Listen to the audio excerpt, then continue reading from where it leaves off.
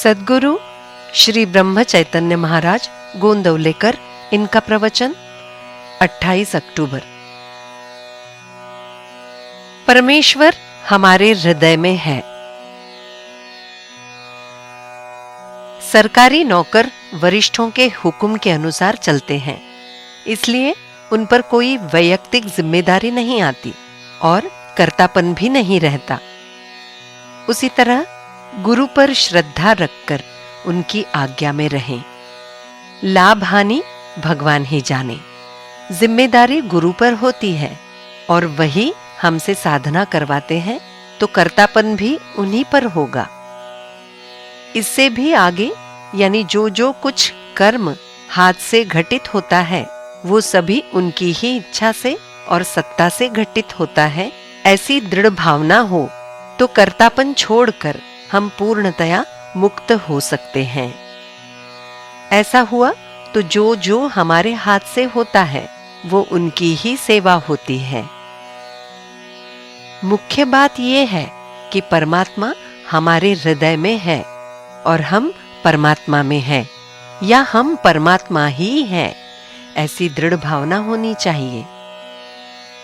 इसके बीच की पैड़ी यानी परमात्मा की नजर में वो देख रहे हैं, ऐसा समझकर हम सब काम कर रहे हैं, ऐसा भान रहना आवश्यक है। इससे अभिमान सर्वस्वी गल जाएगा ऐसा नहीं, परंतु हमारे हाथ से बुरा कर्म घटित नहीं होगा। किसी तीर्थ क्षेत्र को हम अपनी भावनाओं से क्षेत्रत्व नहीं देंगे तो वहां केवल पानी और पत्थर है, ऐसा ही होगा। काशी गंगा ऐसा कहा तो मन में पवित्रता के संस्कार उत्पन्न होते हैं, परंतु वहां रहने वाले बहुत से लोगों के मन में वैसा भाव न होने के कारण साल भर में वो वहां स्नान करने भी नहीं जाते। इससे उनको ये क्षेत्र पवित्र क्षेत्र है ऐसा नहीं लगता, ऐसा दिखाई पड़ता है। क्षेत्र हमारी भावनाओं से ही तो तैयार होता है, नहीं क्या? फिर वो घर का घर में ही निर्माण नहीं हो सकता क्या? इसके लिए अर्थात ही दृढ़ भाव होना चाहिए। उतना वो दृढ़ नहीं होगा तो उस तीर्थ क्षेत्र जाएं और आर्थिक दृष्टि से वो संभव ना हो तो काशी से जावे नित्य बदावे, यानी काशी को जाना नित्य ये कहना, अर्थात काशी का स्मरण ही कर लेना चाहिए, जिससे पवित्रता के संस्कार उत्पन्न होकर मन पवित्र होगा। भगवान सर्वत्र भरे हुए हैं, परंतु उसे भावनाओं से प्रकट करना चाहिए। प्रहलाद और द्रौपदी को ये विश्वास था कि भगवान हमारे सहायकारी हैं, तब भगवान को प्रकट होना ही पड़ा।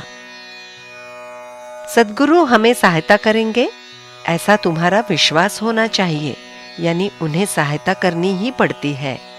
इसका अनुभव लेना तुम्हारे ही हाथ में नहीं है क्या? स्वार्थ से कर्म करना इसका नाम गृहस्थी, और निस्वार्थता से कर्म करना इसका नाम परमार्थ। जो आसक्ति में नहीं वो निस्वार्थी है, ऐसा समझे। आसक्ति जाने की पहली पैड़ी होगी तो वो उदासीनता है। भगवान है ये निश्चंकता से लगना, ये ज्ञान है। ये ज्ञान भगवान के अनुसंधान में रहने से सहज प्राप्त होता है। उपासना का कोई हेतु होगा तो राम हमारे पीछे खड़े हैं, ये भावना उत्पन्न करना यही है। जानकी जीवन स्मरण जय जय राम।